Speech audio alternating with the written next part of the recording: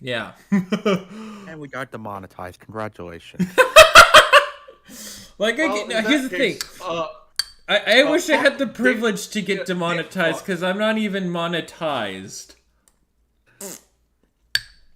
So, Congratulations. We lost on our half a cent. yeah. Darn. We lost on our half a cent. Whopper. Whopper, Whopper, Whopper, Junior, double. Have it your way. Okay. Have it your way.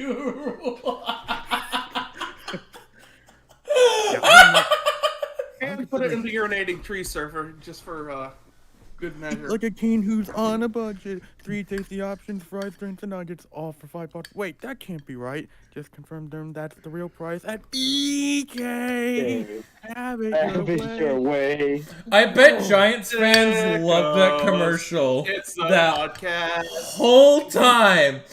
Giants fans were. See, now that's a perfect time with Whopper, Whopper, Whopper, Junior, double, triple, bacon or impossible burger. I want it that way at BK. Have it your way. You rule. Oh boy. Sad to see for the Giants fans out there. Yeah. I hate to see it, but we all kind of expected it. So, anyways, welcome to the 5th episode of the Entitled Sickos Project. Wow, guys, there's 5 football games left. Wait. There's 5 left. Well, there will always be football in my heart. Yeah, it's the XFL. Start next week. Yes, the XFL. See, that is true Sickos Hour. There's 5 games left. Yeah. And we hope to do some stuff with the XFL, USFL, and CFL. So, looking to expand our horizons in talking about horrible, just unwatchable football. And we will be watching it. Sometimes some games will be live. Looking at the schedule, there is a Thursday night game. I believe in week 2 or 3. So, yeah, it's the XFL's a big bag of unknown. I don't know what's gonna happen. We don't know what's gonna happen. We don't know who's gonna be good or bad. We're just along for the ride. Sickos country. Let's ride. That's right. All right. Anyways, welcome to episode 5.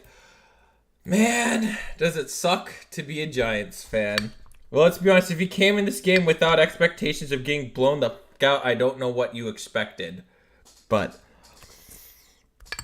a couple of items on our bulletin board in terms of our prospective welcome mats. I'm gonna give Spencer the nod first. But first, who are all you people? Oh, you're right. I'm the host with I love sports. I'm the Mascora, and I love football. Just like that clip that Scott Hansen's gonna be playing to himself over and over again. Cause football. Football.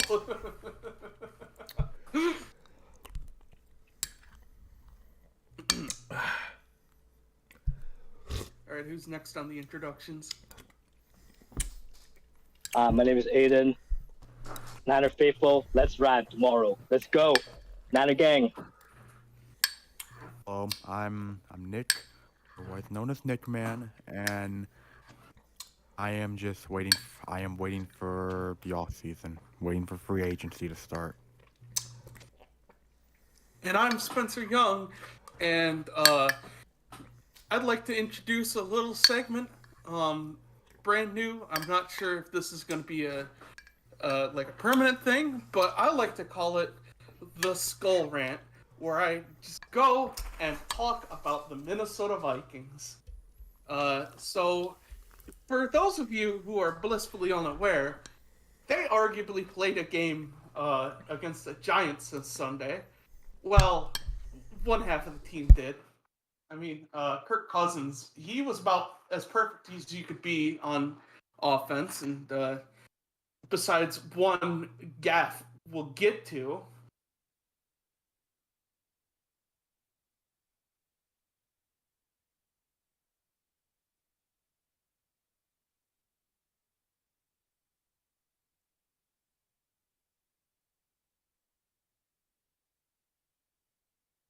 Yeah, it's not the greatest decision, but like, for one, TJ Hawkinson was pretty much the only open guy, and two, maybe you shouldn't be in that position, and maybe you should force more than 2 punts all game.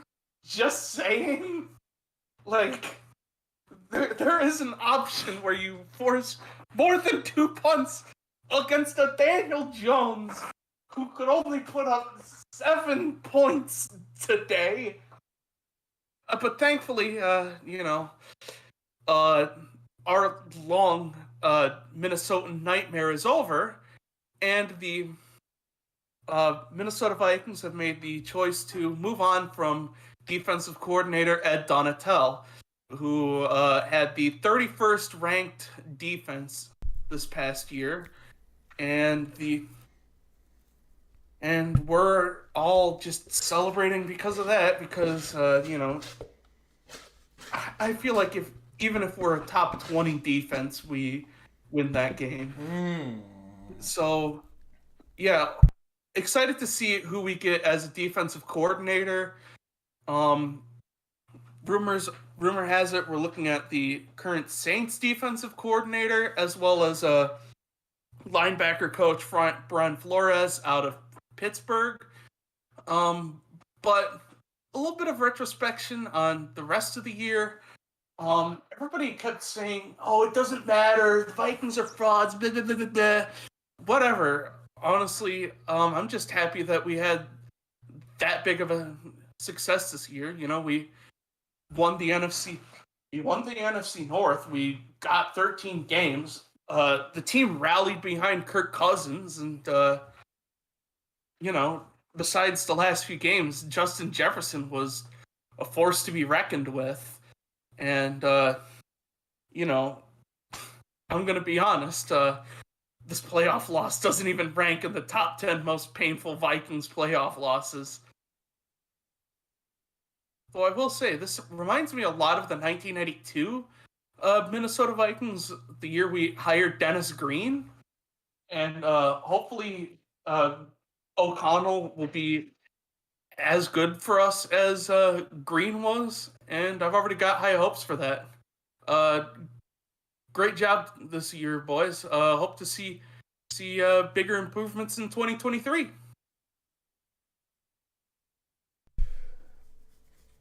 Well, it's time for me to be a little shit. It's time for me to be a little big onion. A little bit of a troublemaker, if you will.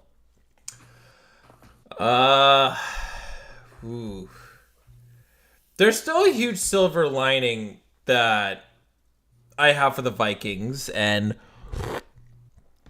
we turn to analytics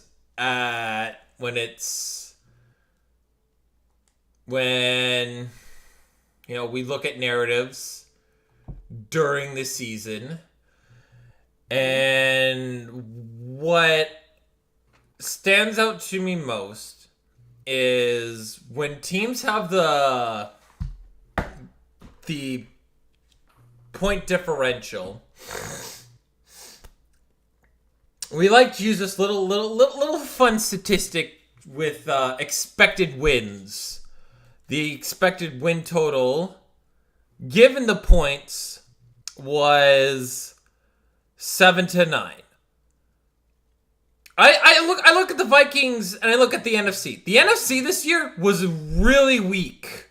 The Seahawks made we made the playoffs. That should show you how weak the NFC was. The NFC was without a doubt the weakest conference it's ever been, and it's only going to get weaker. All right. Can I offer a quick little counterpoint to that? Yes. The Minnesota Vikings went 5-0 against AFC opponents. Who was you played against the East. Yeah, Bills, Jets, Patriots. You won in, the most impressive thing is you won in Buffalo. Yeah. That's impressive. Yeah. I'm not gonna lie. I was very impressed. But I look back at those games where the Eagles got obliterated. Cowboys got obliterated. Detroit lost by more than 2 scores. The Packers. There was a lot of people that were just not sold on the Vikings this year. It had to require, I believe, a Herculean effort to probably just to make it to the Super Bowl. And I think there's 2 tiers of NFC teams, and there's 2 tiers of teams in the NFC. You're either a Super Bowl contender or just a fun playoff contender. The Giants and Vikings and the Seahawks are just fun playoff contenders. They're fun. They're just, oh man, we had a fun season. You're in that tier of fun. The Cowboys, you could argue the Cowboys. You could argue the Cowboys are in the same tier. And then you have the real contenders. The Niners and the Eagles. The Eagles are all in on a push. Same with the Niners. They're all in on their push. Absolutely. It's just that people were talking about us the same way people were talking about teams like the Chicago Bears or the Tampa Bay Buccaneers. You're not the Chicago Bears. Oh, good Okay, yeah, lord. we're tanking. y'all We're not hate the tanking. We are Chicago. tanking, okay? We are tanking. Right, you look at other teams in the NFC. You have the Cardinals, which have questionable leadership status. They don't even have a leader. Their quarterback, who's getting paid, $48.1 million to be their quarterback, would rather play Call of Duty than study game film. Duty. But you look at that. You look at someone who'd rather be in Warzone than focus on studying game film. Like, you made the study clause public. They intentionally did that. That was done on purpose. So that way, it would be like the backlash from it would cause teams to would cause a lot of fans to like, yo, why does this guy have a study clause in his contract? It's such a bad look on the franchise, so they had to remove it. They made it public on purpose.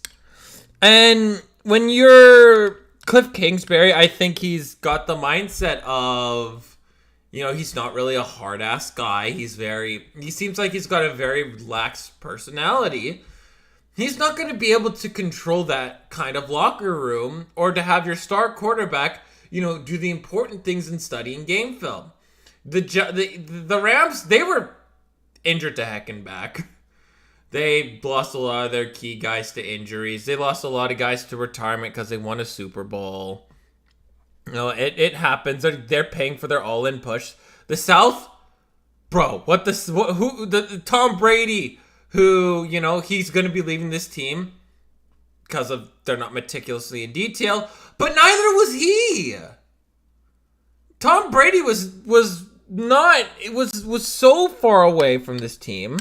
Missing walkthroughs to go to weddings for your old owner. Really? Really, Tom? 3 weeks to try to get your marriage sorted out. That's what the off season is for. You have the Panthers who got rid of their coach. The NFC's so bad. The sheer fact that the Carolina Panthers were somewhat of a contender to getting their asses kicked by the Cowboys. The Saints were a big pile of whatever. The Falcons were blatantly tanking.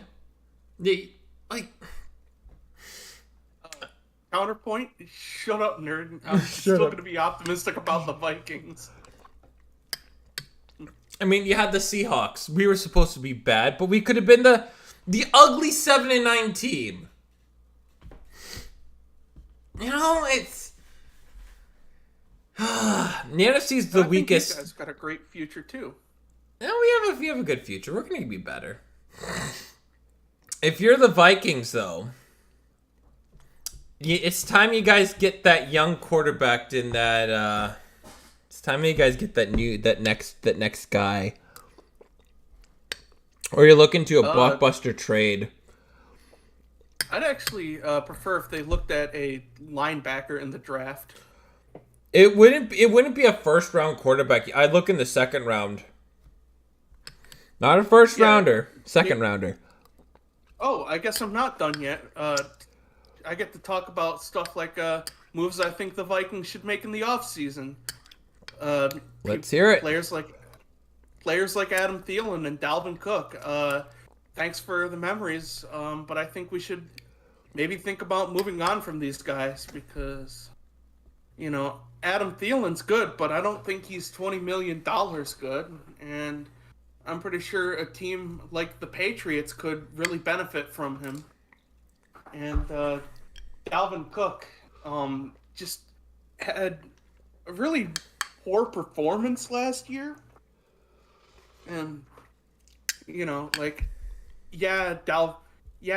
part of it is because Justin Jefferson was going off, but even when during, like, expected runs, he was consistently getting choked up at the line of scrimmage. Like, that's just not a good look, man. I'd argue I'd keep Thielen this year and then get rid of him next year. That $20 million cap hit, no one's taking that. You're asking a lot for somebody taking that $20 million cap hit. That's a lot to ask. And to get something in return. Unless you're retaining some salary, that's going to be a hard sell. I think you got to look into either cutting him. That's I think you would have to do. You have to look into cutting the guy over trading for him. Because right now, you know, there's not a whole lot. It depends how much the cap goes up. It's not going to go up by a heck of a lot. But I don't see who's taking on a $20 million cap hit. Mm-hmm. And, or at least the return you'd be getting won't be huge. It won't be like a big return. And at that point, just keep the player.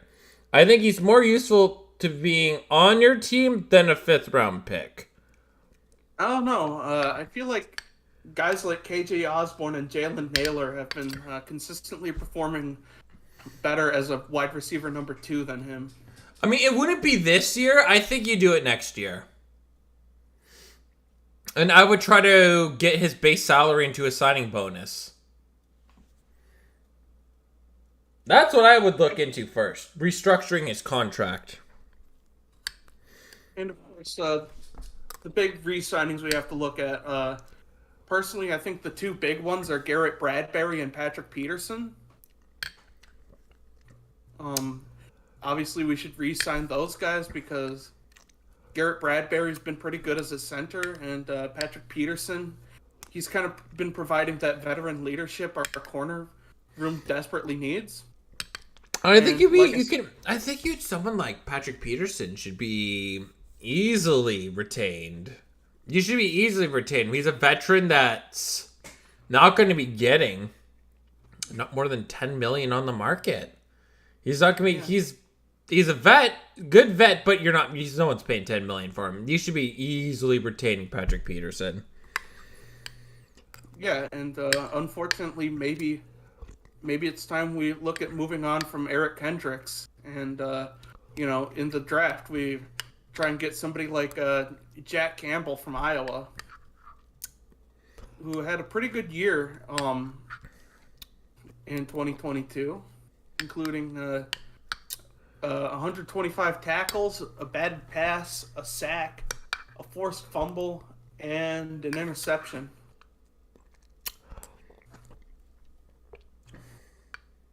Really wouldn't be surprised to see the Vikings take him or Henry Tutu in the first round. Yeah. That'll be a watch for sure. I mean, I think there's a lot more. I think the first thing they're going to work on is the Justin Jefferson extension. I think it's the first thing. He's on his last year of that rookie deal. You're going to have to pay him the big bucks. I think that's the goal one, is securing the long-term future for Mr. Justin Jefferson. Got to give him the bag. And then I go from... must be paid. Oh, he's going to get north of $27 million. Oh, absolutely. Absolutely. I cannot And wait he'll for him to deserve break every single penny of it. Can't wait for the receiver market to be broken again. I mean, if anyone would deserve to break it again, it would be him. Oh yeah, and as much as we like to poke fun at Jacksonville for signing Christian Kirk, it's been worth every penny so far. Yeah, it has. Speaking of the Jaguars, they should be pretty good next year with Calvin Ridley, but I guess we'll save that for the other game analysis. I just wanted to get the skull rant out of the way. The skull. But good, best luck to Minnesota. They're gonna need a lot of. And I trust this new regime to do the right thing. That's the big thing. It's gonna be a lot of trust. I like to think of myself as an optimist amongst a fan base of uber pessimists. I don't think it's to be pessimistic. I think it's where if you don't get it done next year, you gotta shake up your big pieces. Mm-hmm. You gotta shake up your big pieces. Right, but I'm talking about people who are like, oh, we lost in the wild card. It's over. Trade everyone. It's over. There's a difference between being realistic and being a freaking doomer. There's a difference between the two. Aiden can tell you all about a doomerism. Oh yeah. All you need to do is look at any sports fan base on Twitter, and you will see yeah, okay, I know what a doomer looks like from the very get go. Oh yeah. Just look at the Angels, the Rangers, this baseball season. Oh, it's gonna be just overreactions in general, because it's especially nowadays, it's you're probably not doing it right if you're not overreacting to at least something. Yep. If you don't react to giving up a first down with fire everyone, are you really even a sports fan? If you don't follow Gage on Twitter, are you really? I love you. All our love That's to you, a low buddy. blow. That's a low blow. It's an easy. It's low hanging fruit. Low hanging fruit. We love you, buddy. Nah, low hanging fruit is the Warriors fan base. They're low hanging fruit. It's pretty. Sorry, Gage beats. It's Gage's low hanging fruit. I've never seen him say one positive. It's either, you know what? One loss is not a setback. It's either we suck, or we're winning every game. There's no middle ground. We suck, or we're winning the Super Bowl, Yeah. or we're winning the finals. Anything, we are winning the title. Which I understand that. That's right. Considering It's so over and we are so back in 3 seconds flat. masculine urge to say we are back 20 minutes after saying it's over. Just wait until I'm just waiting for the Mariners to be super pissed off in the month of May. We're gonna suck in May. Just you wait, and we're still gonna make the playoffs. May's We're going to be back. rough again, but you know what? It's fine. It's fine. But yeah, Skull Vikings, and I guess you guys can have the floor. All right! I think it's time. Time for what? An open letter to the Vancouver Canucks. Ooh. The local team. You I anyway. was gonna spin the wheel for next week, tonight, and then thinking about this week, thinking about key events that have happened with the Vancouver Canucks. We have the passing of Eddie Olczyk, one of the Vancouver legends, who was on the same line, who was essentially the bodyguard of Mark Messier in the early days. There was going to be a lot of time to reflect on what he meant to the Vancouver Canucks franchise. Reflection is always good, especially among hockey legends in your prospective organization. I was really hoping that's what the message is going to be this week, but of course, other things happened. We have the next coach of the Canucks already being announced. But, or basically moreover known. Information got out of the organization when it really should never have been the case. I'm pretty sure, if you have your interim head coach, especially in hockey, most teams are just going to start looking for your other options early on. You're going to start, you're going to have discussions with guys who would you like to be your next head coach. Unless, of course, you're the Indianapolis Colts. Oh, please, I swear to God, if you're sticking with Jeff Saturday, I swear to God. I swear to God, if you're sticking with Jeff Saturday. I swear I swear to all heaven and earth, if you're sticking with him. We'll laugh hysterically if that happens. I will be laughing the whole season. Same here. I'm gonna be laughing my ass off. I'm gonna be laughing when the Colts try to trudge up Pat McAfee for kickoffs. I'm just gonna be laughing until the opposing team takes the knee as the Colts get blown out again. Yeah, well, I just want to say this. If they keep Jeff Saturday, the NFL should definitely investigate the Indianapolis Colts for potential violations of making their tank so goddamn obvious. I know that's ironic considering I'm a Bears fan, but it would be hilarious if that was what actually happened. Yeah, I'm gonna CC that to the Texans, but it's water under the bridge. But for real though, the fact that the next head coach of the Vancouver Canucks and most of the assistants are known. By the way, they already know who they are. They have the contract signed, sealed, delivered. So if that's the case, why the hell are you keeping Bruce Boudreau around? Why are you doing this to the poor man? The Canucks fans are tired of Francesco Aquilini. He is the one person that is preventing the Canucks from rebuilding. He's the one person. The Canucks fans are essentially now begging the Canucks to rebuild right now.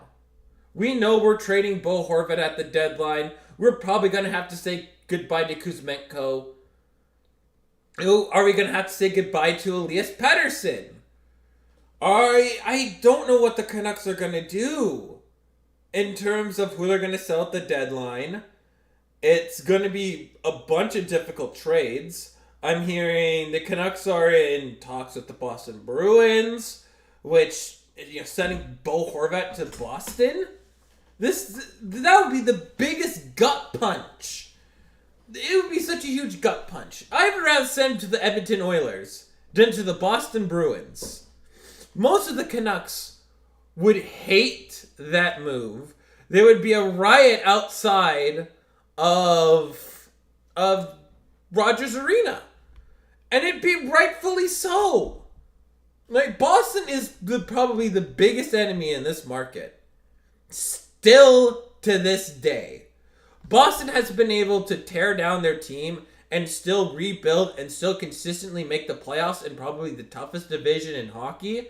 While the Canucks, let's be honest, if it wasn't for the pandemic, I don't think the Canucks would have made the playoffs that year. With the trajectory they were going at. The Seattle Kraken, who have been in existence in year 2, are, again, depending upon results pending tonight, they're, as of right now, tied for the first in the Pacific. Meanwhile, the Canucks can't even rebuild a team. They can't even rebuild a team. The Kraken have built the team. I'm giving them till next year to officially say this statement. If they can make the playoffs 2 years in a row, you're a competitive hockey team that is going to be gunning for a Stanley Cup.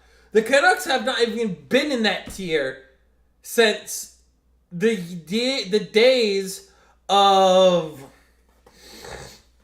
the primes of Daniel and Henrik Sedin and Roberto Luongo.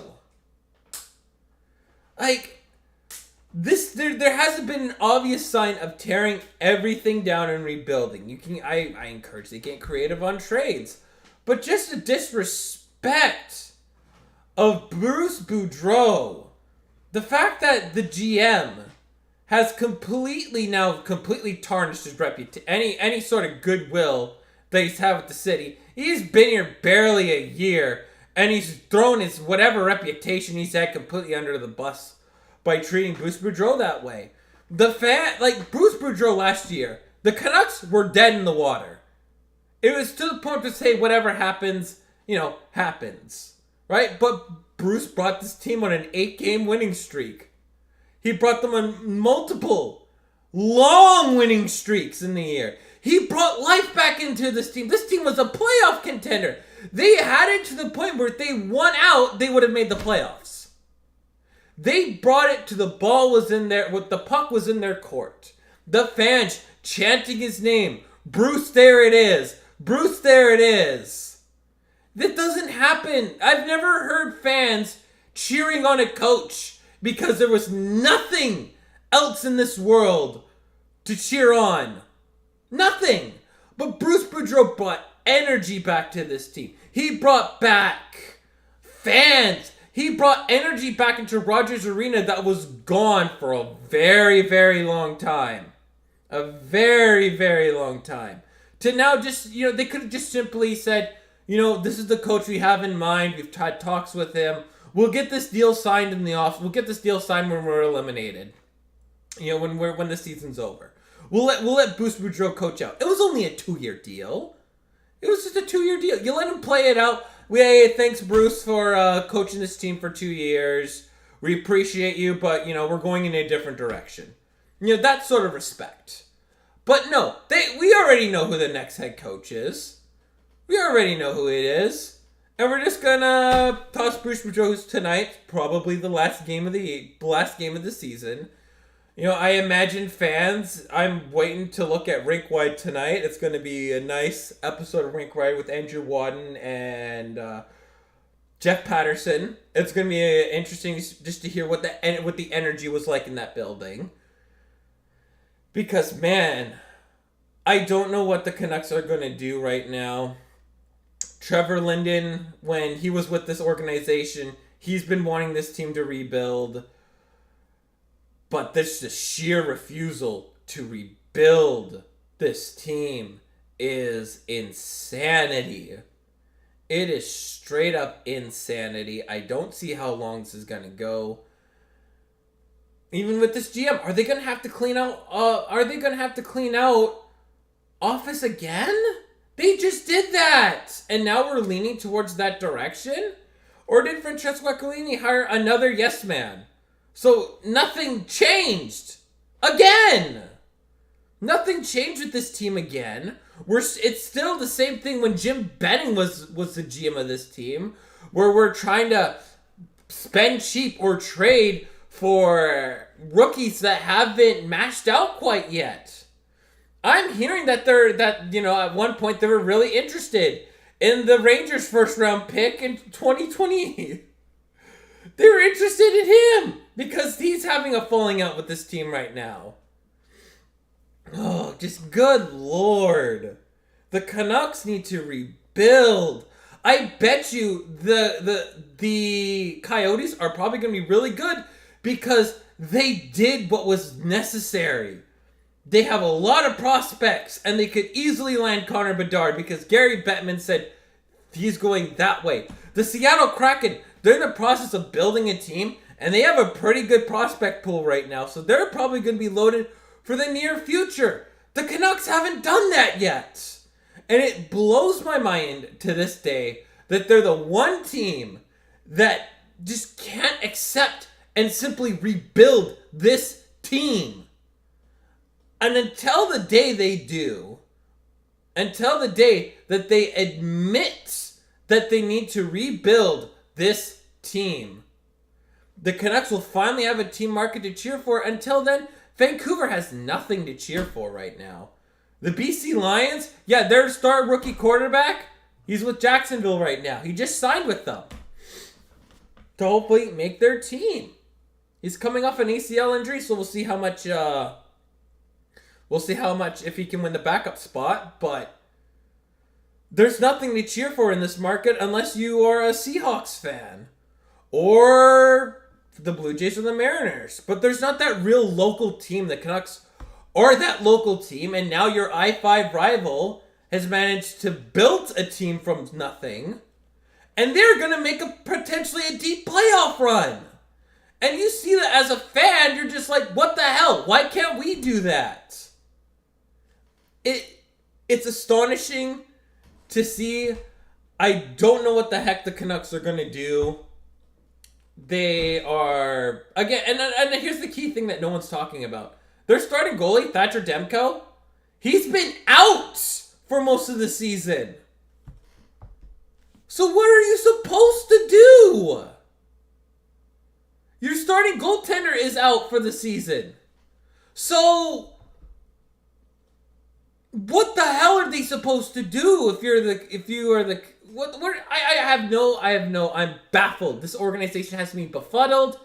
I don't know what the hell they're going to do, but clearly the right man is not at the helm, at the GM, president, hell, ownership.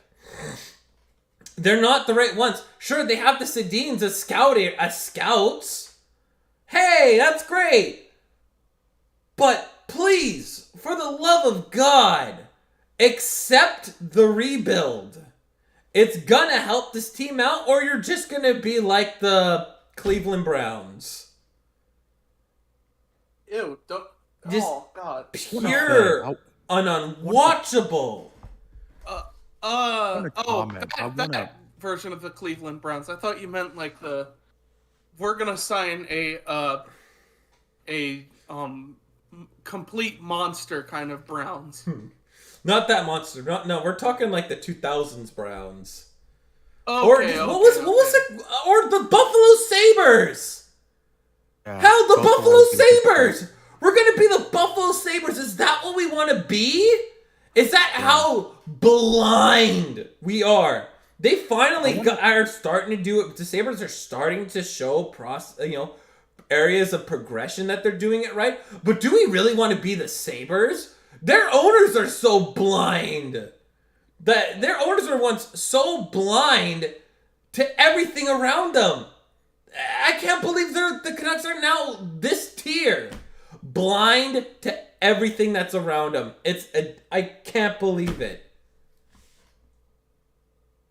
I want to make a comment on this because I know you talked about how they refuse to rebuild. Like they basically just have refused to rebuild for. I don't know. My guess would probably be for. Ever. They haven't rebuilt. Forever. They've been trying to find somebody for the Sedins. I'm gonna say if there's a certain team that reminds me of in terms of not right now, but in terms of a certain time period that basically even to this day has haunted this franchise, Another sports team, very well known, that refused to rebuild for basically, almost 2 decades. None other than the New York Knicks, and it costed them for such a long time that they were basically by the point where someone like freaking Zion came in, they had no choice but to rebuild. But like in the 2000s, they give me a lot of vibes to this Canucks team in terms of refusing to rebuild, and bringing in players that don't make any, that just making a plan that makes no fucking sense at all. And literally, that ended up costing the Knicks, for even to this day, they are haunted by their refusal to rebuild for the longest time. And to be honest, I can see something similar happening to the Canucks. That is, I would say, also, as you noted, something very similar to what we've seen with Buffalo over the years. I agree. Absolutely. Dolan. Well, like, Dolan's fine right now, but the sheer refusal to rebuild is just, it's mind-blowing. It's baffling. Sorry, force of habit. I know. It is. But, man, I'm interested in seeing some Twitter videos. I'm pretty sure you follow Rink White on Twitter, Rink White Vancouver.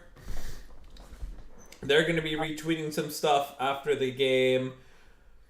Matt Sakaris and Blake Price, they'll be doing this, hopefully the same thing, and yeah. That's a shout to Bruce Boudreau. He didn't leave with the challenge in his pocket. He just challenged a goal at the Edmonton Oilers, and it got called back. Still got it, boys. Still got it. Shout out Bruce Boudreau. Somebody just please give him his severance brisket. Mm-hmm. I like Bruce. I hope he gets another opportunity. He's a damn good coach. Just from the way I see this, it's like, how do you expect the coach to just to exactly do well, especially someone of Bruce's caliber? How do you expect them to do well when you're basically making it clear to them, yeah, we don't like you, we don't want you here, you will be gone very soon. So yeah, just please keep that in mind. It's like, how do you expect someone to work through that? Mm-hmm. Well, I'd take a knee on this season, and I But don't like, even have it yet. if you know you're you're just kicking the can down the road, right? Mm-hmm. Like, the silver lining just has to be, the silver lining is, at least it's not rumored. At least, there might be some rumors, but at least it's not, publicly known who the next coach is. At least it's not publicly known. That's what gets me so angry with the Canucks. At least it's not publicly known who the next coach is. That's what probably pisses me off the most. All right. That's what really grinds my gears. Like, usually, if the coach is gone, at least there's enough respect that if it's like a guy that's like an interim, and let's face it, Bruce is basically like an interim head coach. At least you let him finish the year, or at least you get rid of him after you just keep the interim tag, and then you say, "Hey Bruce, thanks for what you did. We're gonna go in this direction." And the biggest thing that a lot of Canucks fans are going to point to is Bruce Boudreau had them as a playoff team. If you points percentage wise, and based on where they were, he was going to lead them to the playoffs.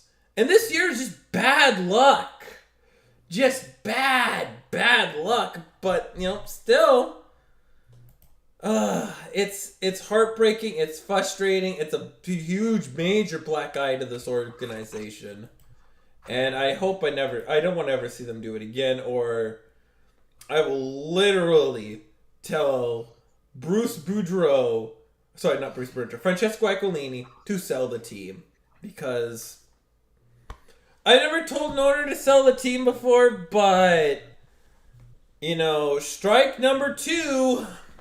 Pretty soon we're gonna be hearing. Soon I'm gonna say tell him to sell the team. you're gonna be all like, "Hey, Aquilini, sell the teamy." Sell the team. You come to, if you come into my pizza shop, I'll bake you a nice pizza pie.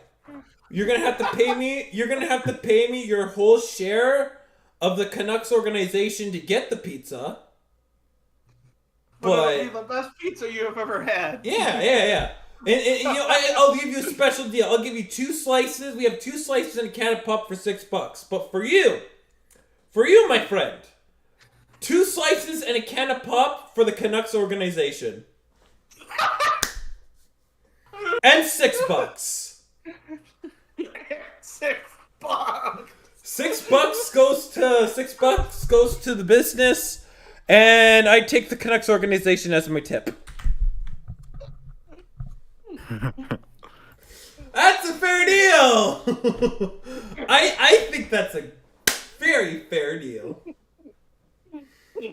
And trust me, my first act as the owner is, hey, dumbass, extend Boudreaux immediately. Yeah, and then you're fired. Next GM I'm hiring, sell everything. We'll be the Coyotes. We'll take on garbage contracts. We will take your garbage contracts. You know what, Patterson? What's a bad contract that you have? And then send me your top prospect and your first round. Okay, but I have a bigger question. For you. All right. Would you bring the freaking those freaking V uniforms? The freaking Flying V, baby! Flying V. Would you bring them back? Would you bring these back? Well, they're wearing them right now for this game. But hell yeah! Yes, do it for the glory of chaos. I would be so chaotic as an owner. I'd be like, you know what, guys? Let's just spin the wheel. Hell, we'll wear our Dollywall uniforms. We'll wear the Are you Dollywall talking uniforms. about those from awful, time to time. yellow and red ones? Oh, yeah, especially those yellow and red ones. Oh, hell yeah. We're bringing them all back.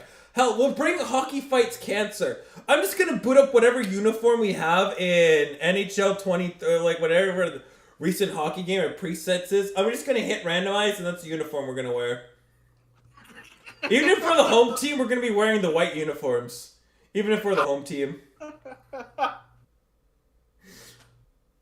You guys can wear your home uniforms. We're just going to wear our away uniforms. That's fine. People are upset.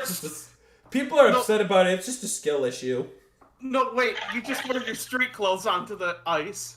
Oh, sure. Fuck it. They can wear their street clothes. Hell, they can wear nothing. Gotta give ladies some eye candy out there, you know? Are you sure you want the pure sexual energy? Oh, hell yeah. We're gonna be tanking anyways. We gotta have some energy in the building.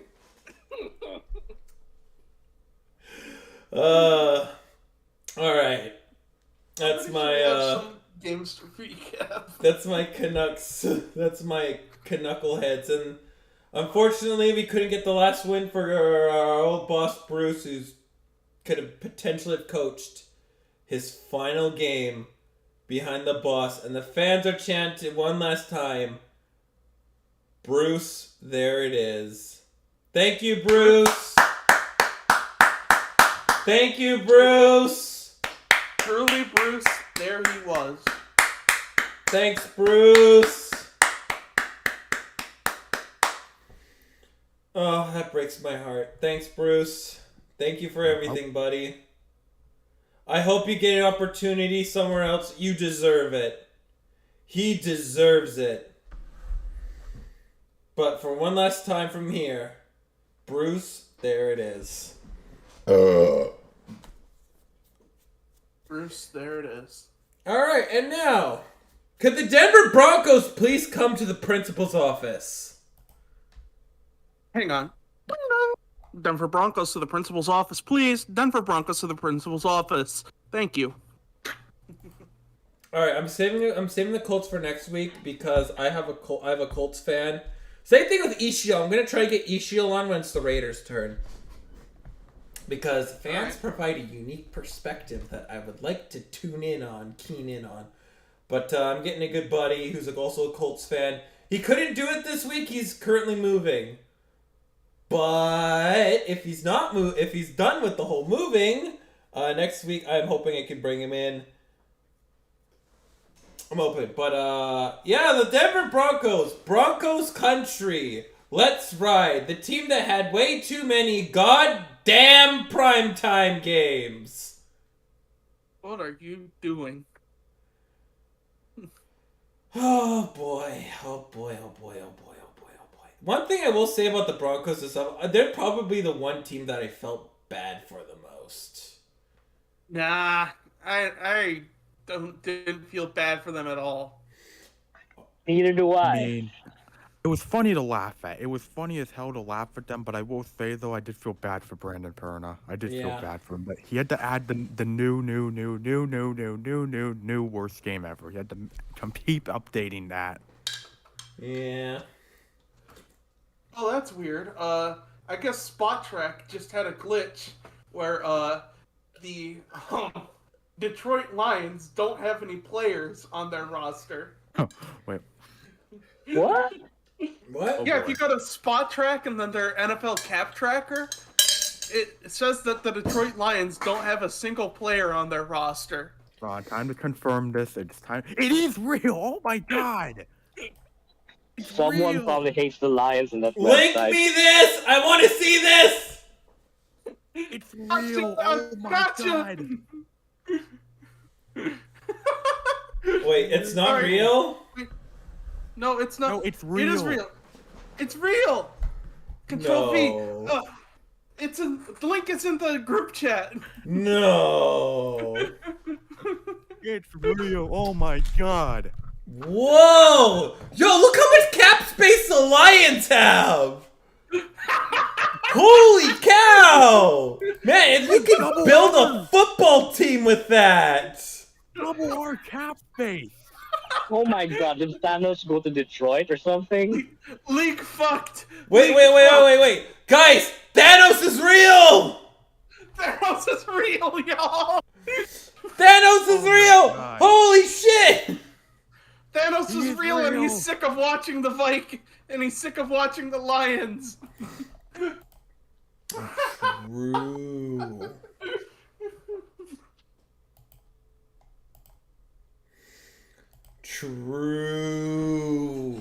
True. True.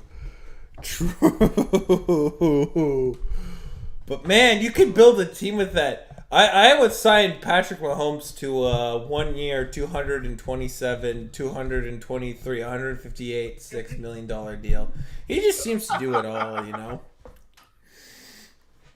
I'd easily sign him to that. Actually, when someone does it all, sign Deebo Samuel to like that contract. Well, actually, sign Mahomes and Deebo Samuel. Those two together are just gonna do everything. Yeah. So, the Broncos, the reason I went to Spot Track is I wanted to make sure I knew what their future looked like, and they have about $13 million in cap space, but, and this is important, they do not have their own first round pick. They They have surrendered a the top first round five. pick that, It's from what currently the property of San Francisco. what I'm hearing is that if the Denver Broncos want Sean Payton to be their next head coach, they're going to have to send the first round they got from Denver. That's the asking price that they're asking. So the Denver Broncos will have to give, because he's still under contract with the Saints. Yeah. And I've heard. Wait, that's the reason I've also heard rumors. I've heard rumors and just some Saints fans speculating, probably wanting this to happen, but they could see the Cardinals possibly doing that, or at least trying that. Oh, absolutely. The Cardinals, but keep in mind, he has to want to take the job, and the Cardinals are probably Yeah, they're more of an obviously. attractive job than people are probably giving them credit for. See, I'm gonna have a little bit of a crack prediction right now, and I think I think Sean Payton is gonna pull a reverse Ditka and go to Chicago. No. No. Nah. No, Chicago already has their coach already. We're not seriously. firing Eberflus. We're not firing him after just one season, especially considering how fucking injured we were. Yeah. Yeah, And but from it what sounds I'm like hearing, Eberflus is not even on a hot seat, nor are they're gathering. There's like two stages. There's not on the hot seat. We're gathering the kindling. This baby's on fire. He's not even at the gathering the kindling stage yet. What do you guys think the Bears are? The Arizona Cardinals or the Houston Texans? Yeah. Oh boy! Like I said, that keep was in my mind the next draft head coach that is hired by the Texans is already on the hot seat. Yeah, very likely. Not by the fans, just by management. Yeah. Let's be honest. Anyone who Suffering thinks the sins of not being Josh McCown. I swear to Let's be God, honest. it doesn't sound like it's gonna be Josh McCown anymore. Which, thank God, I'm wrong on that. Matt Nagy is head coach of the Texans. Although if it is not gonna Josh be McCown, I am gonna look like such a genius because I was calling it this whole season. I was calling it all year long that it was I'm just gonna gonna be say- Josh McCown. I'm just gonna say that it since seems very likely. It seems very likely Matt Nagy's getting an OC job this season, which I can't wait to see which team gets him. Well, here's the thing. I think for an OC, he'll be fine. I mean, yeah, he's not the worst OC. I mean, he's not a good play caller as a coach, but I could An see him OC. being an OC of the Chargers. Patriots and being completely fine at it. yeah, I still think Bill O'Brien's probably going to be the Pats OC, which is, I mean, considering how bad Patricia was. I mean, considering how bad Patricia and Joe Judge were, it's like, yeah, I mean, Detroit warned you. Detroit warned you guys. Key thing, I think with if you're gonna do Bill O'Brien as your offensive coordinator, honestly, not a bad thing. He was with Nick Saban at Alabama. You could do literally worse. It'll always be funny to me how the New England literally this season made a freaking defensive coordinator as their offensive play caller. That's just excellent. Great. I'm always just find that hilarious. It's like what goes through their mind other than to just literally troll an entire fan base by making a freaking defensive coordinator your offensive play caller for a season. That's 5D chess right there. Maybe Belichick stole some ayahuasca from Aaron Rodgers. Perhaps. That is very true. Very, very, very true. Now, time for the Broncos because holy crap. They're right now the favorites to land Sean Payton. It doesn't mean they will. And I think George Patton is going to have to look at this. And he's going to be like... He's going to be looking at what other options does he have out there. It's because if there's a better option that is really close to Sean Payton, like I mean really close to Sean, that's like you like him more than Sean, if you like him even close enough to Sean Payton, is it just worth just to hold on to your first round pick anyways? Because like they don't even have a second, they have a third. Yeah. Which is woo. It's also needs to be noted, like the Broncos are definitely like the thing they're really looking for is, well, we need a coach who can potentially fix Russell Wilson because you're not moving on from his contract. You are in no way in hell are you even gonna have a chance of moving on from a contract that has $107 million in dead cap. Oh. And here's the thing too, Russell Wilson is easily adjustable to this. I think the whole attitude around him, where, you know, he has his own parking spot, those little things, like he has his own trainer, he has his own practice facility. I think that the big thing is he's rather too distant from the team. He's either in his own head. Is something that the next head coach is going to have to get him out of. Right? Yeah. You still want him to have a lot of say in your organization. You absolutely do. You want him to have a lot of say at what moves they're going to make because he's your quarterback at the end of the day. But you kind of want to make sure you have some answers. And there's other high round rookies that they've selected as wide receivers that just haven't fleshed out at all. Jerry Jeudy, I feel like they're still waiting for him to have that breakout season. I feel like everything I'm hearing is like, no. This is the year Jerry Jeudy breaks out. Yeah, well, I mean, and there's still rumors. There's rumors about him getting traded this offseason. Oh, yeah, they should move on from him. Him or KJ Hamler. They spent high draft picks on these guys. And they just haven't fleshed out. It's astonishing. These guys are busts, basically. I want to look at like the Denver Broncos' recent draft history. I just want to look at this. I'm gonna.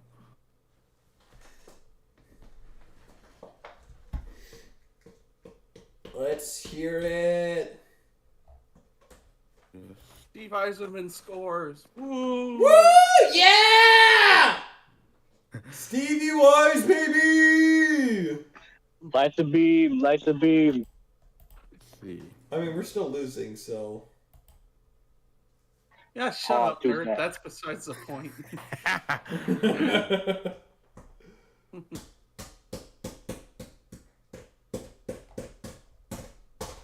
Wait, if the beam is being lit for the Sacramento Bulls, it means that Vivek Ranadiva is the owner.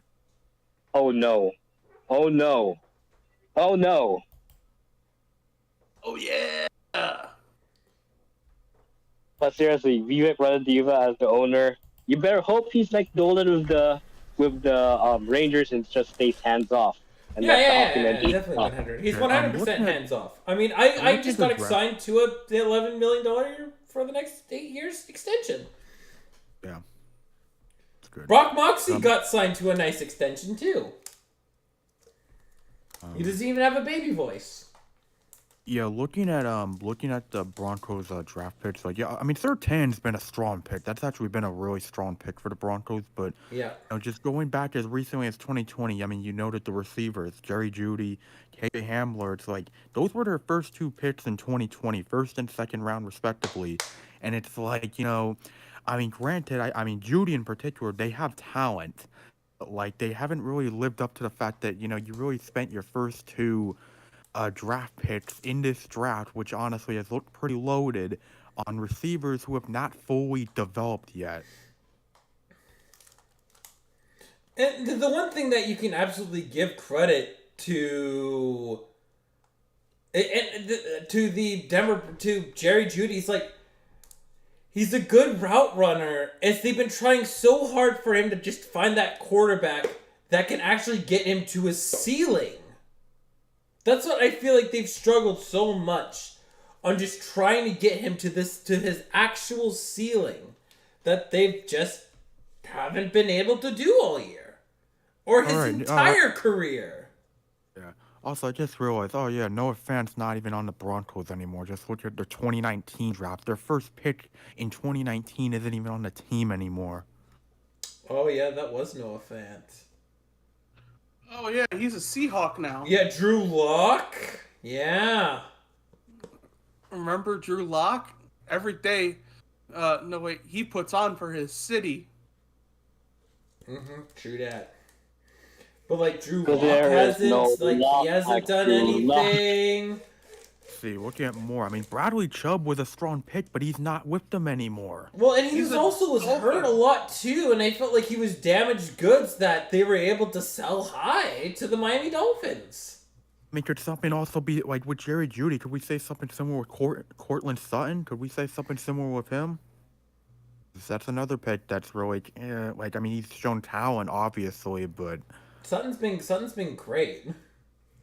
yeah, I mean, definitely, but like. He's a guy that's gotten over he's been consistently their best wide receiver on that team. See, what's that Sutton? Yeah, I mean, just looking at this, 100 receiving yards last season. I mean, he's talented. I think Sutton will be a guy that once the Broncos stop shooting themselves in the foot with terrible situations, he will he will. I mean, easily. He will easily get back over 1,000 yards for them. Absolutely. Not to mention he got Tim Patrick. Yeah. You know, it's. I mean, if like the thing is, if they can make Russ work, if Russell Wilson can get back on track, like they should be fine. They'll be fine offensively, which is really like the reason I am so desperate, really, just is to just see if the Broncos can get back, like can just improve offensively, is because now their defense was great this season, but it really says just how awful their offense was under Nathaniel Hackett. I mean, Seattle had the best treat. They beat their former quarterback, who forced his way out of Seattle. I feel bad for Wilson. I really do. I want him to get back on track. I really hope that he says, hey, Wilson, we'll take the top 5 pick. Thanks, buddy. Thanks, buddy, for helping us out there. Wink, wink, wink, nudge, nudge, nudge. But I feel like if you're the Broncos, like at least like looking at like what you're gonna be doing this offseason, just the next season, like the least you could ask for is just, okay, next season, can this team at least be freaking respectable? Like, can we be a respectable team this season? Because we were the furthest thing from respectable this past season for obvious reasons. Anyone who saw us play a game could see that, yeah, this is a tire fire. it is. It is. And what kind of gets me up the most is I feel the more things change, the more they stay the same. That couldn't be more true with the Broncos. Yeah, because this was supposed to be the season they, I mean, I wouldn't say they were gonna be like, a Super Bowl team or anything, but like at least like make it, just get back to the playoffs, make your fans happy for the first time since they had Peyton Manning as quarterback, and just go from there. And they didn't even, they managed to just false start themselves a billion times and proceed to shoot themselves in the foot, like just for like basically all season, which is just. It's really a great summary of how there were such high hopes for the Broncos and everything came crashing down so quickly. And ironically, it was Russell Wilson who got cooked. Yeah. That's not what he wanted to cook. That's not what he wanted to cook. Getting roasted also by Patrick Starr is It's a new low. It's a pretty new low. Like, it's the perfect way to sum up their season. Yeah. Roasted. It is their summary of that season. Holy crap, you're right. It is the Okay, summary now of I that can have season. Crunchyroll broadcast the NBA so I can watch Deku and Itadori roast, I don't know, the Texans. Or the Broncos again. Like, I really hope the Broncos turn it around, but here's the biggest reminder. The AFC is a bloodbath. Do you want to know who the top 9 teams? The top 9 teams. All their quarterbacks are under the age of 30. They're younger than me, even a lot of those Most guys. of them are younger than us. I think you can argue they're under the age of 27. All starting quarterbacks, all their traditional starting quarterbacks, top 9 teams. A little bit of car sausage lore. I'm 26 years old. A lot of these guys are younger than me. I'm older than you, bro. Yeah, that's, like I said, that's a little bit of car sausage lore from me to you. I'm an old man. I'm 26. Get off my lawn! I'm Hey, now I don't feel older 26. than you. I'm I'm 25. old. I'm 25. Oh, Shut up, okay. you zoomer. No. Snickman's a zoomer. Yeah, I am the Zoomer. I'm Get off basically my like the lawn. last millennial. I'm the last millennial. Oh, so he is the last millennial. It's like the last Jedi. And my power is eating avocado toast. Ooh. I think I've never eaten avocado toast in my life. I hate avocado toast so much. I don't like it. Oh man, I love avocado. Well, no. Think, Spencer, Aiden's from California. Avocado toast is like their national breakfast. Right, but I just don't like avocados in general because it's like if they somehow engineered a banana to taste like grass. Oh, true. I mean, with avocados, it really depends on how it's made, for me at least. It needs to be made well. Yeah. I believe that. I mean, I'm Californian, so liking avocados is basically law. Their top restaurant in California, they serve nothing but avocado toast. I would expect stuff like California avocados or freaking California tacos to be good. I would expect them to be good.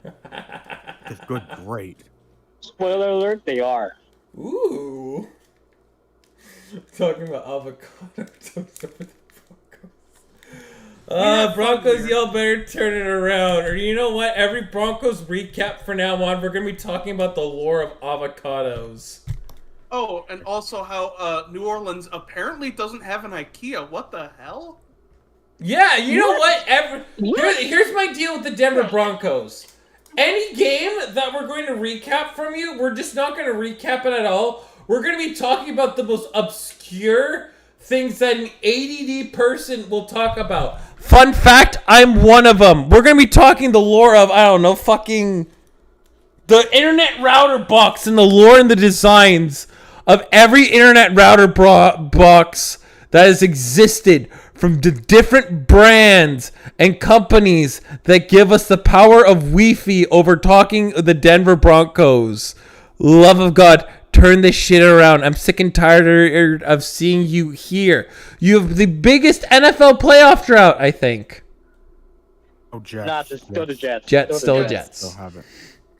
Still the Jets, but at least the Jets are probably going to turn it around. Maybe, probably not. In the future. Probably Once they get not. their milk on their quarterback out. But yeah, You're still Broncos gonna- country, get out of my office. You're just going to turn. Probably not. I doubt it. Zach Wilson's cooked, but according to my quarterback ranking rules, he has to stay a C+. According to my rules. Yes, I have to wait till Broncos, you better not come back, or I'm gonna say the entire plot of Pokemon Scarlet and Violet whenever I recap. You, Aiden and I are going to talk about Landorus, Therian, and Smogon competitive. Broncos, hey Broncos, don't come back unless you want to be here. Unless you want to be here again, talking about wanting to learn Chinese. Yeah. Broncos, don't come back unless you want to get roasted by a VTuber or I don't know, Yuji Itadori. I'll become a VTuber. I will become a VTuber. I will become an anime person to roast your ass. Now get out of here. Oh, and thanks for the top 5 pick. Bye. Broncos country, goodbye. Broncos country, you tried. That's not what he wanted to cook. Anyway, I think there were some games this past Sunday and Saturday. Oh yeah, there's games, right? Oh, I forgot. I was too much being a shit poster. Right. Yeah, first game I thought the game went better than I was anticipating it to be. Bills Dolphins? No. Jaguars Chiefs. We didn't talk about the Sunday games yet. Well, yeah, that's last. They haven't been played yet. No, from the wild card, dude. Oh, yeah, no, I don't care about the wild card. They happened. We Don't care you about talk Sunday the- stuff, but I guess we can do the Real quick, I just want. Let's all say one sentence for each of these games. Bills Dolphins. Skylar Thompson did a good. Yeah, my name is Skylar Thompson, yo.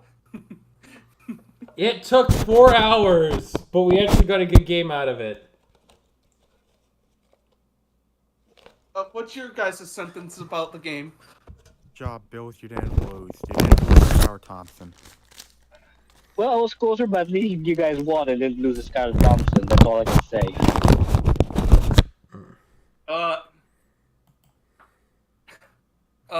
Alright, Vikings Giants. Ed Donatello's gone. Everybody celebrate.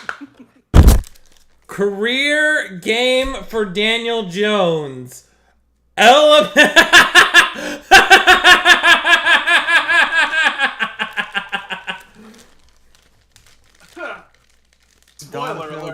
Ed Donatel, you are on the Guangdong Tigers. That's your future team.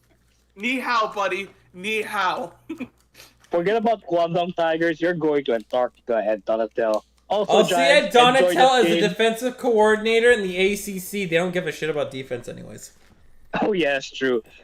By the way, Oh, fuck, Giants, he's enjoy going to this. Iowa State. No. He's going to somewhere like fuck it, Duke. He's going to Stanford. He's going Just to 'cause I'm a Cal fan. why would we want to go? No. He's going to the ACC. He's going to Duke or he's going to UConn. Nah. I'm going to do a favor. Boston I'm going to do a College? favor to San Jose State. I'm going to send Ed Donatel to San Diego State. Why or Fresno State. why would you want Ishiel to be mad more? He said San Well- Diego. I think he said San Diego State or no. San Diego State or Fresno State. So that San Jose State can have at least one easy win. Okay, that's a good one. I'll take that. San Jose State and UNLV can have one easy win. Yeah. That's good. I love that. Not even in a Power 5 conference. Damn. Enjoy the Mountain West. Could be worse. Enjoy It the could be the Sun Mountain Belt. West. All right, next up we got Bengals Ravens. Actually, I want to spend a little bit more time on the Ravens. Weirdly enough, Lamar, you had your backup quarterback playing the end of the season. I don't think Greg Roman's a huge part of the blame. I think it's I'm mixed about him leaving the team. I'm still mixed. You know, if you're on a team for multiple years, you eventually do have an expiration date. But I'd just rather his contract expired, and then you just don't bringing somebody else in. But good news is the Ravens. I'm pretty confident they're gonna find a way to keep Lamar Jackson in their building. Probably.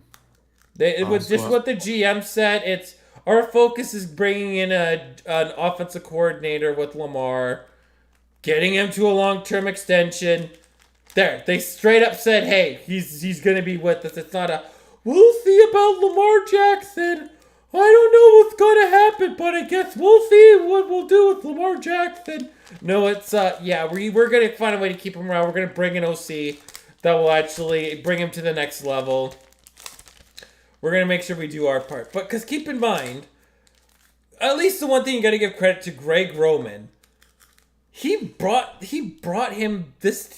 Lamar Jackson, a late first round pick, to an MVP status, to his elite status of being a quarterback.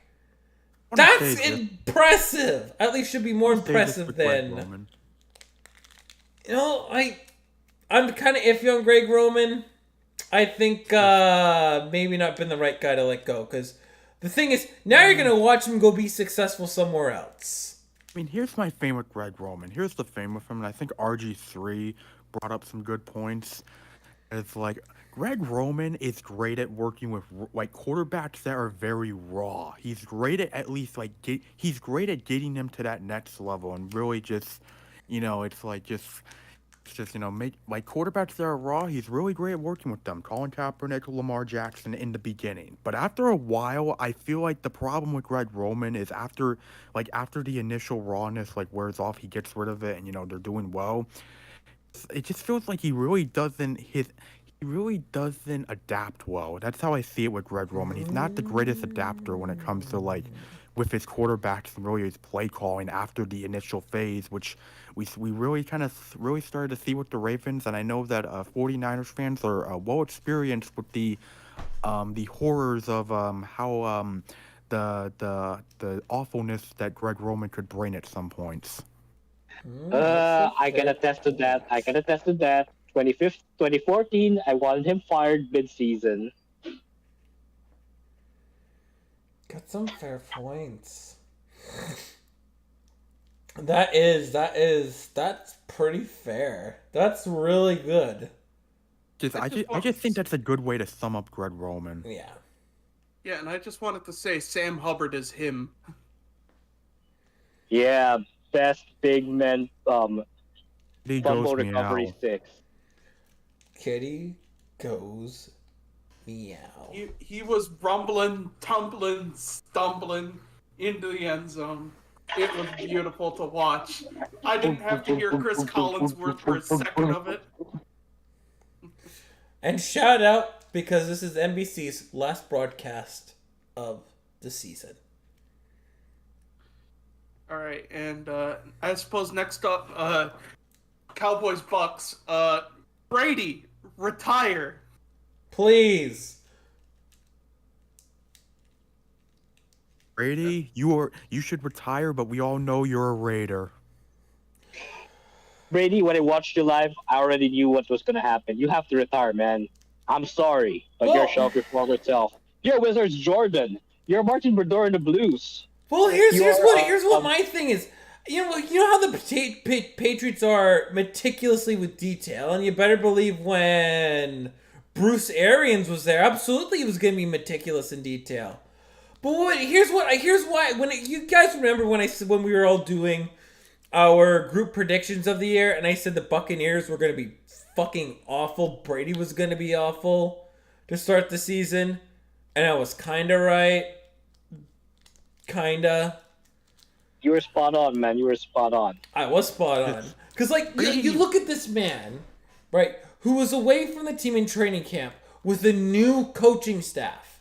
Sure, it's the same DC and OC you had last year, but as the Patriot way would be your problems, they're sorted out in the offseason, right? You know, you're going through divorce with Giselle. That shit can wait because I'm here right now. We're going to go over every single meticulous detail at training camp. We're going to go over every detail we need to improve our team. He wasn't there for 3 weeks. Excellent point, Aiden. Never forget the whole Masked Singer rumors that he was basically on the show he was at the show instead of at training camp. Yeah, like that stuff. And then there's other things too. Like he went to his the owner of the Patriots' wedding. He went there instead of Saturday walkthrough. The Patriot way would have been like, no. That stuff that can wait till next year. That can wait till Agree with next that, year. Brady. Brady, this version of Brady and basically just season for him, it feels like a worse version of the 2019 Patriots. That's what it really felt like. Yeah. It really feels like, and plus he looks malnourished. Like he's been eating nothing but instant ramen for the past 10 years. Like you can see why my point of him when I said he looks like shit. You see that when I make that point, everyone's like, "Oh no, it's Brady." Look at the dude. You take one look at him, and I'm like, and I look at him like, wait, he's just supposed to be their franchise quarterback? He looks like crap. You know who looks better than him? You know who unironically looks better than Tom Brady, who is actually older? Tony fucking Hawk. Like Exactly. Tony Hawk looks like he's been better. taking good care of Yeah, himself. he does. yeah. Like he's been eating a good diet, good nutrients. But and especially, it's still the same Mike. You still have Mike Evans. You still have Russell Gage. You got Julio Jones. Who's the other top receiver on the Buccaneers? I'm blanking on his name. Godwin. Oh yeah, Chris Godwin. You have receivers up your ass. You got solid running duo, running punch. But at the end of the day, I really feel like they really just didn't go over things in that much meticulous detail. I don't think Brady was all in on this team this year. Even to start the season, he wasn't all in. The Patriot way requires you to be all in on your team. And they're simply not all in. boggles my mind that Brady wants to go another year when he's not. I'm pretty sure he's going to go to the Raiders and then be sick of them and then, go to, his Patriots' renewal of the vows or something stupid like that. Something stupid like that instead of Saturday walkthroughs, practice. Tom Brady's could have a wedding in the middle of the season, right? The only way that I would ever go all in on Brady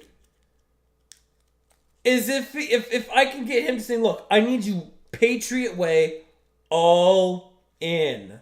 I need you all in. I can't have you kind of in, kind of out. I need you all in because it's critical to be all in. Because if you're not going to be all in, why the hell are you going to be on my team? And especially, he has to be okay with the Raiders taking a quarterback with their first pick. Oh yeah, that will be funny to watch. It would be. Yeah. Because Brady, dude, I'd rather the Raiders just take a rookie quarterback. And there are better options. There's Jimmy Garoppolo, who's in the same system, younger, and the kind of quarterback that Josh McDaniels would love to have. A game manager. He wants that type of quarterback in his system. They exist. They're eons younger than Brady. And I swear to God, if you make Brady sign the contract of the ashes of the Jimmy Garoppolo contract you're about to offer him, I will laugh my ass off again. But, do you really want to go with Brady? There's so many better options than Tom Brady, man. Dear Raiders, as a Niner fan, I'll gladly let you take Garoppolo off our hands. We're rolling with big Well, here's the thing. Brock. It's probably going to not cost you much. You're probably going to have to pay like a 3rd or 4th round or a 5th round. And the cap hit's not so big either. You can cut him for nothing. I think he's a free agent. Garoppolo's a free agent. He's a free agent. Oh, even better. Sign Garoppolo. You don't even have to trade anything. We'll gladly let you have him for free, Raiders. Yeah. Like it's I know there's spite, but Jimmy G he's got a strong winning record in a Niners uniform. You have the exact pieces you need to go on a long run, and you can always still draft a rookie quarterback to shield for a few years. Like, I don't know why would you want Brady? He's old.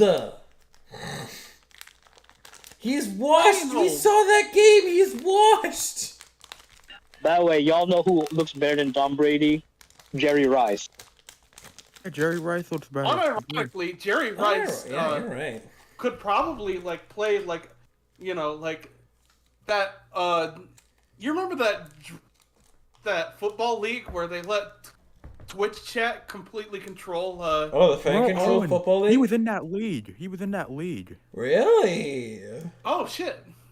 Jerry Rice, if he wanted to, he could absolutely play in that league. Oh yeah, and Johnny Manziel was also in that fucking league. Oh yeah, Johnny Football. Yeah, Johnny Manziel so washed to the point where he's in a fucking fan control.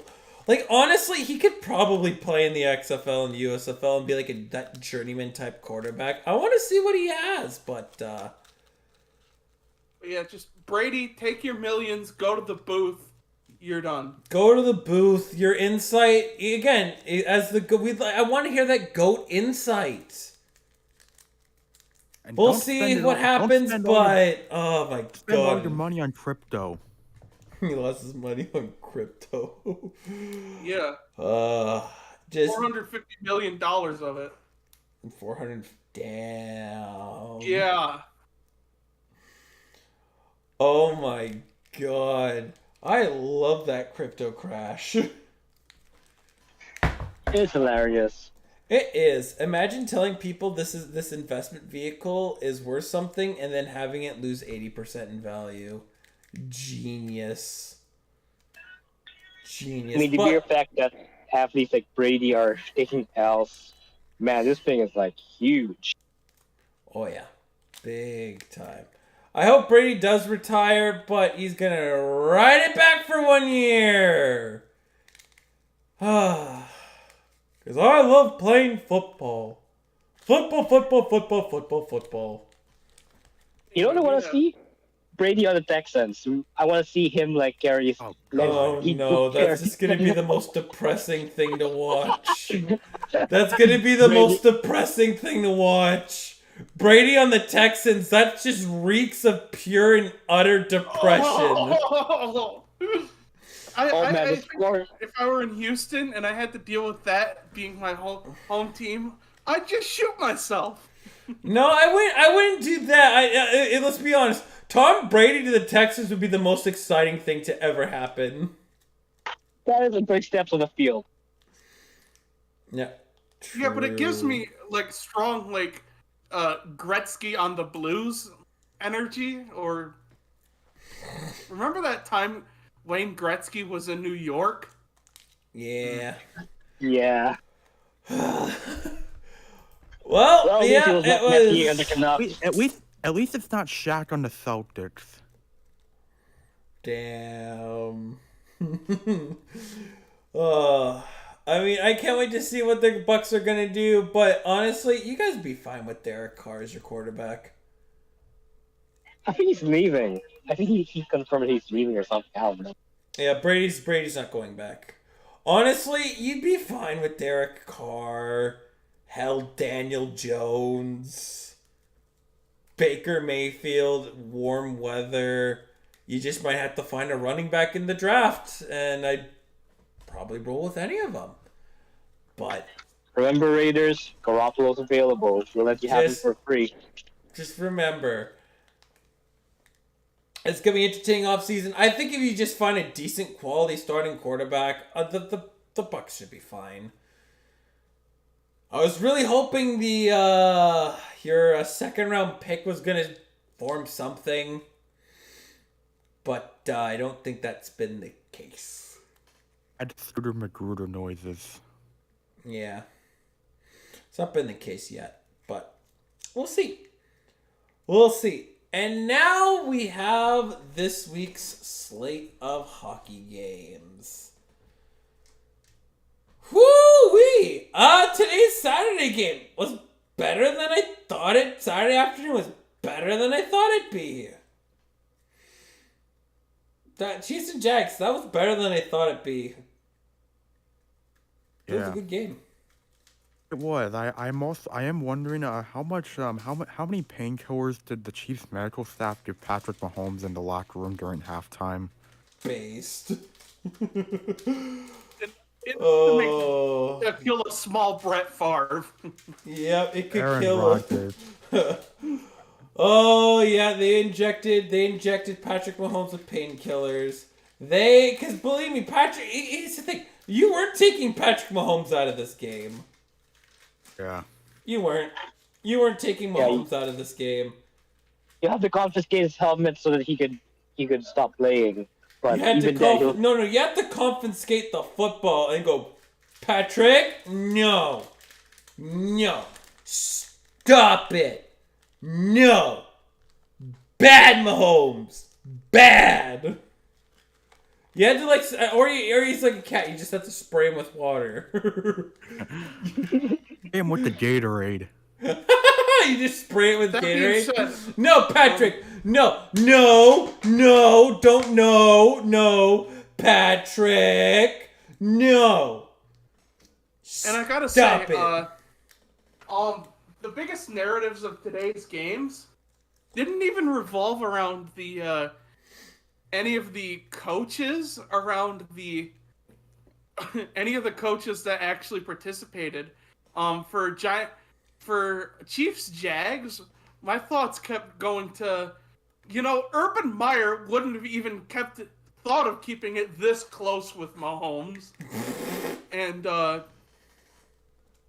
I'll get to my thoughts on Giants Eagles later. Oh, I know you're happy about that one. You could the thing that I want to give a warning to Jacksonville though first. Good job, you guys made the playoffs. Reminder: the AFC is cutthroat, and here's the thing: Jacksonville traditionally, they tend to just fade away. That's how they've been historically, but But this could be the biggest turning point for this franchise. We could be looking at Jacksonville being a legend, a great franchise. The culture that is being established with the head coach, the quarterback. A lot of stars are aligning for Jacksonville to being one hell of an organization in the future. Yeah, can I say something about the Jags? They remind me a lot of the Jags of like the late '90s, where they had guys like Mark Brunell and Antoine Randall L and Keenan McCardell and a lot of those guys who Jimmy Smith, Brett Taylor. A lot of those guys who you didn't think would do much, but they actually had quite a bit of success in the NFL, and those Jaguars teams weren't anything to sneeze at. Yeah, they finally found their franchise quarterback. It's good. I'm happy for Jacksonville, but they have a history. That history says, it's not a good positive history. It's a history that's... You open their history book and it says Whopper, Whopper. Whopper Jr., double, triple, bacon, Impossible Burger. I want it that way at BK. Have it your way. You suck, Jacksonville! Again. You stinks again! You guys stink again. But best of luck to Jacksonville this next upcoming season. They're going to need it because I do not want to be in their shoes if they are not even a playoff team. Because, oh boy. Doug Peterson's done a good job. They got to keep going. And right now, as much as we like to laugh at Trent Baalke, he's doing good. So far. He's doing good. Just make sure he doesn't start fucking up. But you know what? Well, Don't let him we'll give him a overreact. chance. Exactly. It's he's doing good. That's all we'll say. It's like a druggie out of rehab. They're doing good. That's it. That's all I'll say. They're doing good. Proud of you, little buddy. Proud of you. Proud of you for shaking off your rehab dust, but don't do it again. And lastly, tonight. Oh, also, Patrick Mahomes is just another launch in his obnoxious legacy. Also, Chad Henne didn't do so bad on that 99-yard touchdown drive. That's where Jacksonville could have really stolen all momentum, but they couldn't stop him. By the way, Kraken losing the shootout. Yeah, that's fine. It's fine. They're better than the Canucks. So, Francesco Aquilini, do reconsider your approach to this organization, because the approach that you've been going at this team for the past decade hasn't worked. So it's time you need to change your approach with this team. You're on strike 2, buddy. Strike 2. Don't make it be strike 3, because once it's strike 3, whew, I don't like issuing threats. It's not the person who I am.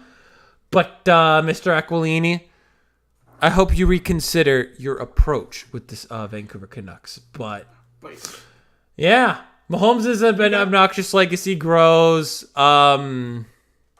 Kansas City v. Bills. Let's fucking go! Probably not. We're going to get a really hell of a good game against Cincinnati and Buffalo. Hashtag for Hamlin.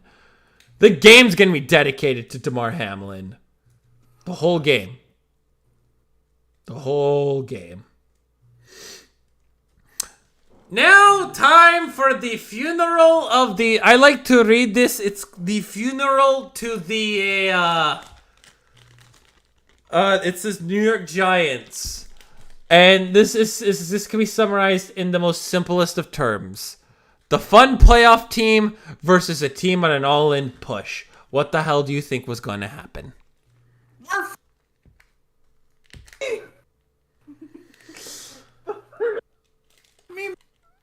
Not us now.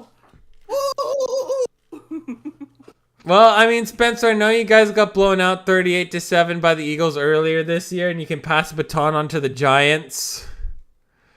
You guys would have been completely mauled if you guys had won. True, but we're free. And now you have proof that Ed Donato is terrible because, you know. Yeah, oh yeah, it just shows how bad Ed Donatel was as a coordinator. Like, Daniel Jones was held to, like, under 150 in passing. Oh, his stat line was classic Daniel Jones. Classic Daniel Jones. And the game had a few derps to it, too. Like, the chain broke. Daniel Jones lost an eye contact. Yeah. This is why I don't wear contacts, people. Wear glasses like a champion or get eye surgery. Yeah. Or be like me and play basketball without glasses and fuzzy eyesight. Oh, I hate. Oh my goodness. Are you Aiden, are you nearsighted or farsighted? I'm nearsighted, but Okay. You know what? I've adjusted to playing basketball without glasses. I'd rather do a Bob Greasy and just. I mean, I have worked without glasses, and it is a miserable experience. I think it was when we were on a vacation, and so no, that's not that. My mom and my brother had a basketball tournament in Las Vegas, and I was alone for like a whole week. It was like the first day that they were gone. I was biking on my way home, and a car ran me off the road into a thornberry bush, and my glasses broke. Oof. And my hands was like completely bloodied up, and it was a not fun one. A lot of people were like, "Oh man, are you okay?" I was like, "I'm fine." I just was like, it's like a mix of embarrassment and god damn it, why the hell did the car have to run me off the road? Like I hated it. So my glasses broken. I worked like 2 weeks without glasses. Oh my god, it is the worst. It's having everything being like such a blur in general is horrible. I hate it so much. Maybe Ed Donatel needs a new prescription because he played like he was not wearing his glasses. Oh, true. True. I mean, I played basketball with glasses on if I didn't play like Draymond Green. That's the only reason I play without glasses. Like, with my style of play, they'd get knocked off all the time. Yeah. Understandable. That is... I need freaking Horace Grant goggles. That's what I'll need. But yeah, it's just going that. It's just miserable. Completely miserable. But, like, the looking glass, it's simple. You know what the thing that really shined me, like, I felt like this game was really over at halftime. Oh, the Eagles controlling time of possession. They milked that clock. They made sure they were milking that clock to making sure the Giants were not getting back in this game. Kyle Shanahan, I hope you're taking notes, because if we're back in the Super Bowl and you do whatever you did against Kansas City again, I'm going to be so mad. Kyle, you better be taking notes. It was only by 10 points. Still. I know still, but like, it was by 10 points. That's just such a niche thing. Teams blow a 10-point lead in the Super Bowl from time to time. What the big thing is, I hope you've learned your lesson from 28-3. Because it looked like that your old coach, Dan Quinn, definitely learned from 28-3. Because guess what? He kept that defense. He had bend and don't break defense the whole game. So, yeah, I hope he's learned that lesson. I hope a lot of coaches have learned that lesson when it comes to blowing games. You got to keep that foot on the pedal so much. You have to keep your foot on that gas pedal, because if your foot is not on that gas pedal, my buddy, oh boy, buddy, you're gonna be in another embarrassing situation. And I hope that teams that have multiple leads again, analytically, the best thing to do is to keep your foot on the gas pedal. Don't let up until when you really can afford to let up. Most games, right? How would you argue like your team would possess like have the ball for a drive? Like how many times would you guess on average? Well, it depends on where the draft goes. Well, no, like how many times are you just gonna get the ball no matter what? Like chances to score. I'd say a good drive has about 10 downs. No, not net downs. Like how many times like you're gonna possess the ball? Like possessions on offense. Like I said, 10 possessions. Yeah, 10 possessions. Okay, good. 10 possessions. Yeah, I'd say 10 to 12. And if you're up by 4 scores, they still have 5 potential times to score against you. 5! They still have 5 chances. The game's not over yet. Keep going. I keep going. You have to keep going. Because if you're going to let you off the gas pedal, all you need's one game swinging, momentum shifting possession to change the whole narrative. We saw it with the Colts. We saw it with the Chargers. You have to be smart. You have to be very smart. But yeah, no, Eagles did good. They kept their foot on the gas pedal. They knew they weren't done yet. They had the right mindset. Kudos to Sirianni. He did a hell of a good job. Coaching and guiding this team to victory over the Giants. We're going to get one hell of a showdown in the AFC Conference Championship. It's going to be a fun one to watch. I remember when Eagles fans wanted him fired. Like they wanted Sirianni fired like early in the last season. They're the Eagles. They're the most like hardcore fan base on the planet. I know. It's just funny. It's funny to look back upon. You're not wrong. It is hilarious. You're not wrong either. You're not wrong either. But you know, it really does make it fits the Eagles well, considering really something similar can be said with Howie Roseman, as already noted. Hey, sometimes GMs can find lightning in a bottle. All you need is one good draft class. That's all you need. Yeah. That is all you need.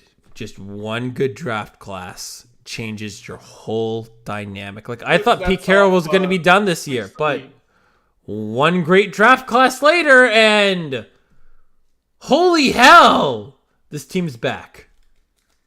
But yeah, Kuznetsov, he takes the lead. Yeah.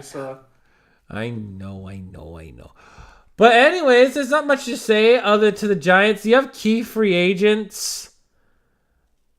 They're going to be the most interesting team to watch because I don't know if lightning strikes twice. I mean, look at the Stanley Cup. Shut the fuck up. You know what I mean! I don't know if things happen to twice of the thing for the Giants. They're traditionally the derp. I hope they reload that roster to make a lot of moves. Or they could just do nothing and re-sign them. But we'll have to see. But if not, keep in mind, if they're getting blown out, guess what they're going to have to listen to? Whopper, Whopper, Whopper, Junior, double, triple. Oh. Yes, that's the greatest thing that's ever existed. But yeah, 38-7. Enjoy the season this year. You've got a great coaching staff. Get some talented players. You're going to be a huge threat in the NFC if you can. I think that's what the Giants need. A bit more talent. Yeah. I think that's what they need. Yeah, a bit more talent. Because their wide receivers were literally... practice squad guys. Come on. Your best receiver was a waiver claim. Your best receiver was a fucking waiver claim. they paid big money to Kenny Galladay, and that hasn't worked out. only benefited the Lions, who used that pick to select Kirby Joseph, who has been a lights out safety for the Detroit Lions. Big time. But hopefully he can do it right. But anyways, pick'ems for Sunday. Oh, is there XFL preseason games going on? Hold up. How sicko do I want to be? No, those are usually closed doors. Never mind. XFL. Oh, we'll talk that last. Wait, we'll save that for last. Save that for last. Okay. Let's see. Pick'ems. I'm pretty sure we're all going to say the same thing. Cowboys and the Niners. Niners. I'm a Niners fan. Take a guess what I'm going to say. Niners. I'm a Brock Purdy fan.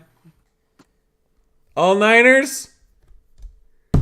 Sounds good to me. Sounds good. All Niners. Oh boy, I hope we don't regret this one. Yeah. And Niners should be able to easily take care of business. We're going to get probably a good classic matchup between these two teams. The Cowboys and Niners, especially with playoff losses, those are like legacy games. Those are those are like great legacy games. That's like a great legacy rivalry. I'm happy we're seeing like kind of like a redo, like a kind of like an emergence rivalry in the season again. It's gonna be a fun watch. Oh yeah, it's definitely gonna be. Oh yeah, and especially if the Niners win, I don't think we're gonna hear the end of it from Aiden. Oh yes. However, I am willing to offer an olive branch to the Cowboys. The Cowboys could have a chance if they're perfect. However, if the Cowboys do their usual fuck-ups. Well, here's the thing, too. It's how they're going to scheme. And the best thing to stop the Niners is you got to stop the inside passes. Those short inside passes where they have the white Christian McCaffrey, Deebo Samuel do most of the work. You got to force Brock Purdy to throw long distance. That's how you beat the Niners. Yeah. You got to force them. Because that's what they're really good at. All the underneath, the screen routes. That's what they're really good at. Yeah. Just make sure you prevent that and you'll be fine. Oh, a lot of people usually get mad when their teams do screens and stuff, but the 49ers have basically mastered just how to make screenplays work a lot. Oh, absolutely. Oh yeah, absolutely. It's a Jim Bob Cooter wet dream. Yeah. I got a lot of good things. I got a lot of. It's gonna be a good game. It's gonna be a good game. I can't wait to see what's gonna happen. Oh shit!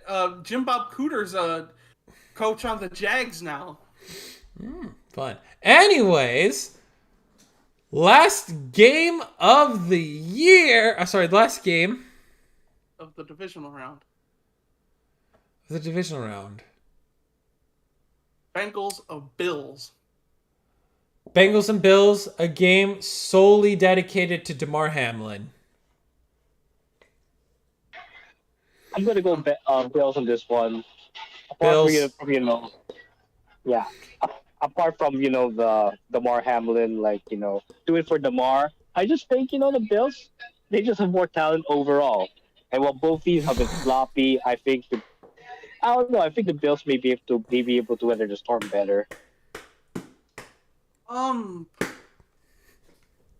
This might be a bit controversial, but I'm actually going to pick the Bengals because obviously Damar Hamlin and You're going to go 1 for 3 in pick'ems this weekend?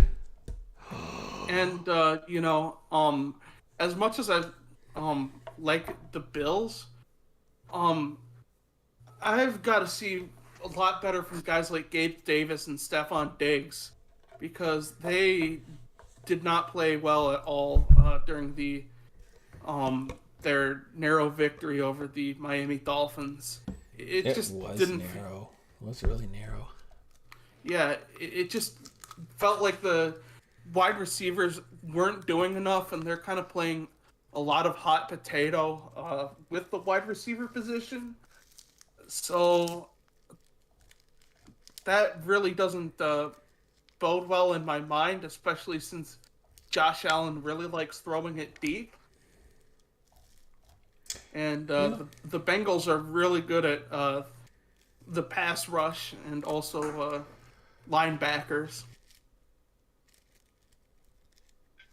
Counterpoint: the Bengals have Eli Apple. Yeah. Josh Allen is gonna roast him like a brisket. We'll see what happens. I think it's gonna be one. We're in for one hell of a bunch of football games slate. It's gonna be a really good day for football on Sunday. Oh, wait, I got the Bills. Amen. So, anyways, we can't wait. We're gonna end it off here today. Can't wait for next week. Gonna get a damn good slate. Hopefully, we're gonna reveal more plans because we do have some plans for the XFL 3.0 coming soon. I cannot wait for the XFL 3.0, and I am gonna put all these games into my calendar. So if we want to do a watch along. Oh yeah, we're gonna definitely do some watch alongs because I feel like it's this. I want to watch like the garbage games because they're gonna be. I want to know how entertaining they're gonna actually be because most of the time they're actually pretty. They're just that garbage games to watch, but. Also, I may have a vested interest in watching the St. Louis Battlehawks. Nice. I'm pretty interested seeing a lot of it, especially predicting. It's a mixed bags. A lot of things changes on a weekly basis, but you'll know who the top teams are within the first 2 weeks. So, anyways, thank you guys so much for watching. If you're new here, please subscribe. Please check out everybody else on their Twitters. It's all linked in the description down below. And thank you guys for joining me. We'll see you guys next week, where we're going to be focusing on previewing the Conference Championship. It's going to be a good one. Yeah. Take care, guys. We'll see you next time.